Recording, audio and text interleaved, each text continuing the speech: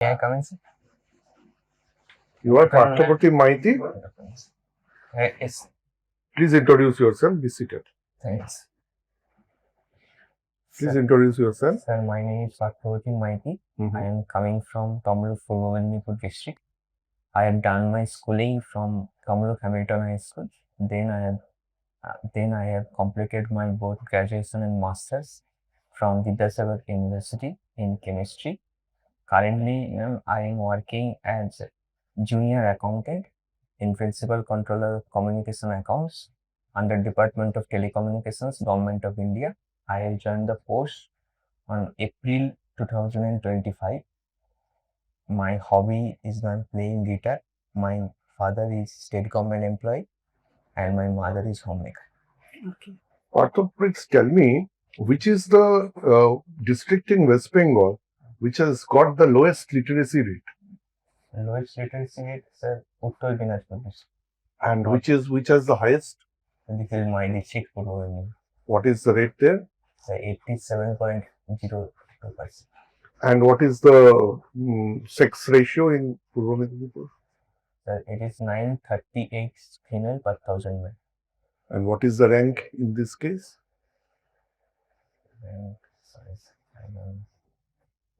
Do you find there is any relationship between a high literacy rate and a good sex ratio? Is there any relationship between the two? in case of state, In case of any geographical yes, land, yes, sir. tell me what may be the relationship? Yes, sir. The high literacy rate can create the awareness about the gender discrimination, and it may increase literacy. It may increase the gender or the sex ratio. আচ্ছা, খবরের কাগজ পড়া হয় তো? হ্যাঁ ma'am, ওটাই। এই মুহূর্তে পশ্চিমবঙ্গের 3টে খবরকে 1, 2, 3 হিসেবে সাজাও। একটা ম্যাম, দুর্গাপুরে যে ধর্ষণের যে ঘটনাটি ঘটেছে, এটা নাম্বার 1। আচ্ছা। আর ম্যাম দ্বিতীয়ত উত্তরবঙ্গের যে ফ্লাড এবং এর যে পরবর্তী কনসিকুয়েন্সেস যেগুলো যেভাবে ঘটছে। আর ম্যাম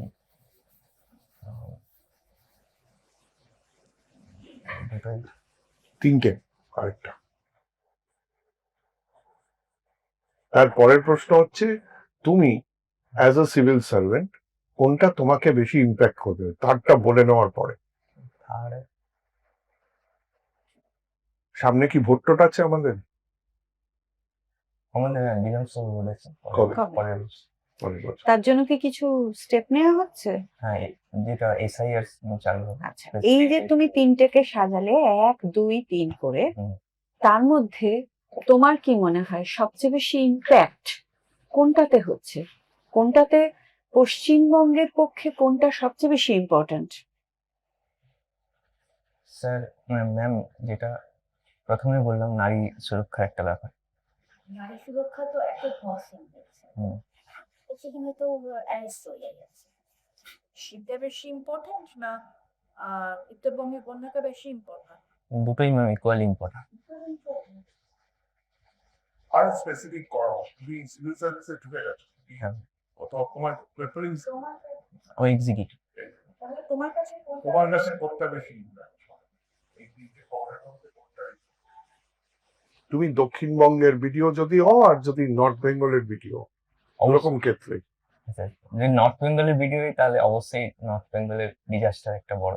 আচ্ছা, যদি দক্ষিণবঙ্গ তে হও, ধরো দুর্গাপুরের আশেপাশে ওই জেলাতেই যদি তুমি ভিডিও হও, তাহলে এই তিনটের মধ্যে তোমাকে অ্যাজ ভিডিও সব থেকে বেশি ইম্প্যাক্ট কোনটা করবে?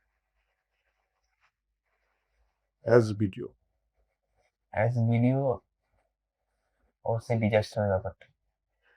দক্ষিণবঙ্গে তো ডিজাস্টার নেই ওই সময়টা, নর্থ বেঙ্গলে ফ্লাড হয়েছে, হ্যাঁ, দুর্গাপুরে বা ওই জায়গায় হয়নি। তার রিহ্যাবিলিটেশন যে প্রসেসটা চলছে, সেগুলো তো ওখানে হয়নি, ফলে ওখানে রিহ্যাবিলিটেশন নেই। ভিডিওর কি ইলেকশন প্রসেসে কোনো রোল আছে? হ্যাঁ অবশ্যই। তাহলে স্যারের তো রোল আছে। তাহলে তোমার কাছে পড়ে রইল দুটো অপশন, সেটা হচ্ছে রেপ এবং এসআইআর। তাহলে তুমি কি রেপে তোমার রোল আছে? না, এসআইআর একটা রোল আছে। তাহলে বড় এসআইআর এর কি রোল আছে? এই আরও হিসেবে কাজ করে ভিডিও আচ্ছা, অ্যাসিস্ট্যান্ট ইলেকশন এইবার তাতে এসআইআর যে হচ্ছে, এই এসআইআর এর ফুল ফর্ম কি? স্পেশাল ইন্টেন্সিভ রিভিশন আচ্ছা, এটা কারা করছে? Election commission of India election commissioner এখন কে? জ্ঞানেশ কুমার। এটা কোন অ্যাক্টে হচ্ছে? এটা কি কনস্টিটিউশনে আছে? অবশ্যই আছে কনস্টিটিউশনে, কত নম্বর আর্টিকেলে আছে? আর্টিকেলে নেই, কিন্তু এটা বলা রয়েছে ইলেকশন কমিশন ভোটার লিস্ট তৈরি করতে পারে এবং তার রেক্টিফিকেশন করতে পারে। কোন অ্যাক্টে করবে? অথরিটি কোথা থেকে এলো? এটা ইলেকশন কমিশনের যে আর্টিকেল 324। স্পেশাল সে তো প্রত্যেক বছর একটা প্রসেসের মধ্যে দিয়ে যাচ্ছে রিভিশনের। হুম। হ্যাঁ, ইনক্লুশন হচ্ছে, ডিলিশন হচ্ছে, কিন্তু এই স্পেশাল ইন্টেন্সিভ রিভিশনটা কোন অ্যাক্টে বলা হলো? সেটা তো কোথাও কনস্টিটিউশনে বলা নেই। সেটা বলাই তাহলে এখানটা একটু পড়বে, হ্যাঁ, এটা একটু পড়ে নিতে হবে, কারণ এটা এখন একটা বিশাল নিউজ। আচ্ছা, তুমি কেমিস্ট্রির লোক। আচ্ছা, কপার সালফেটকে যদি জলের সঙ্গে মেলানো হয় তাহলে কি হয়? ব্লু কালার নীল কালার। কেন হয়? কারণ এটা CuSO4.5 ওয়াটার, এটা যে ক্রিস্টালটা হ্যাঁ, থাকে সেটা জলে মিশে গেলে কালার আসে। কেন কালারটা আসে? কি তৈরি হয় যার জন্য কালার আসে?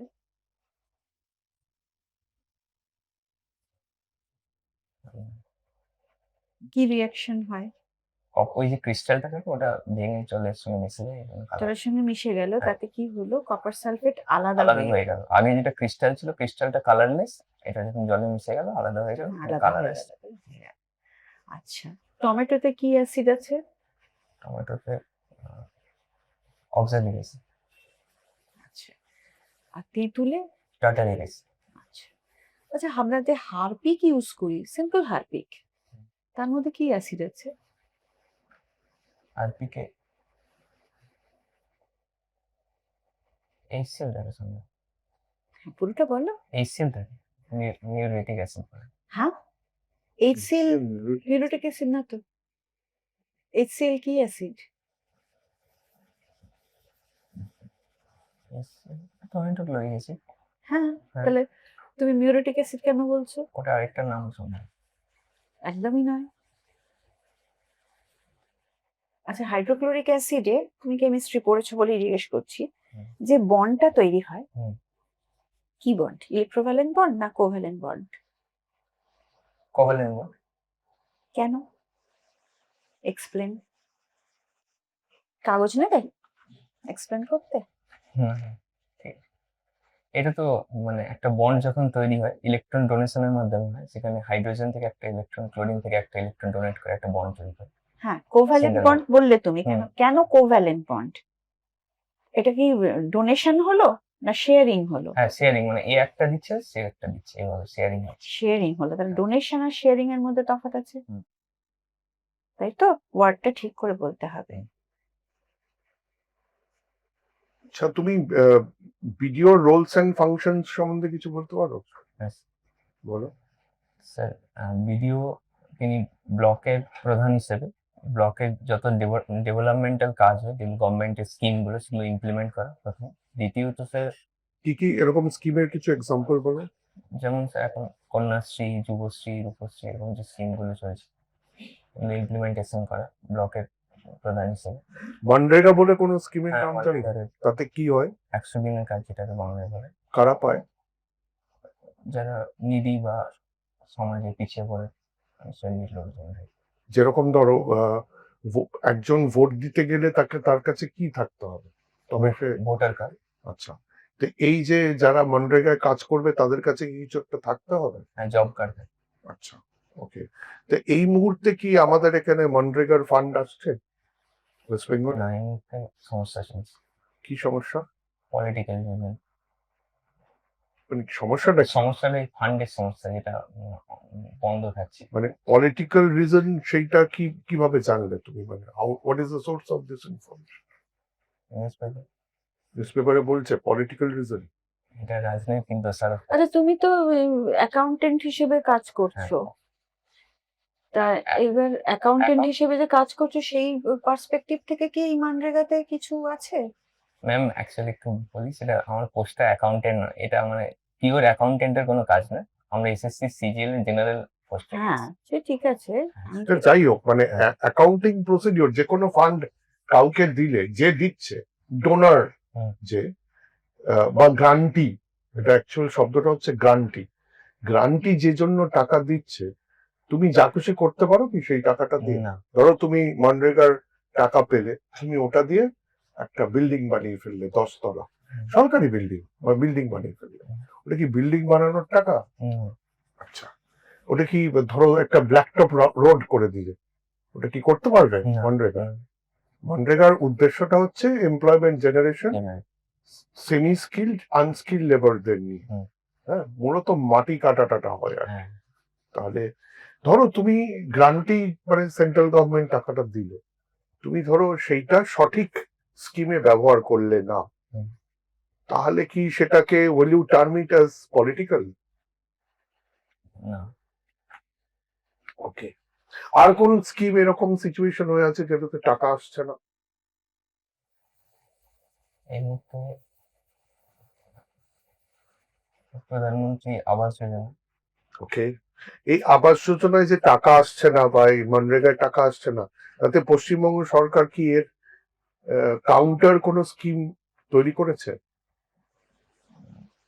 মানে মানগেরের জন্য মনরেগার মনরেগার একটা প্যারালাল স্কিম, পিএম আবাস যোজনার একটা parallel scheme, PM Awas Yojana তো অলরেডি রয়েছে ভিতরে। সেটা তো টাকা আসছে না, তাহলে ওয়েস্ট বেঙ্গল বাড়ি গভর্নমেন্ট হচ্ছে না। না, ওয়েস্ট বেঙ্গল গভর্নমেন্টের স্কিম রয়েছে অলরেডি কি স্কিম? গীতাঞ্জলি।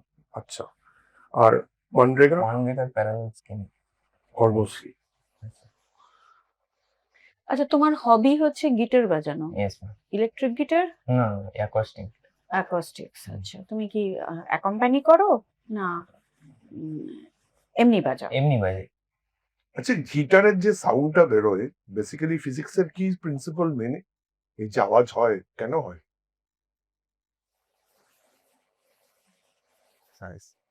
ফিজিক্স তো তোমার ইয়েতে ছিল, ফার্স্ট সাবজেক্ট ছিল। হ্যাঁ,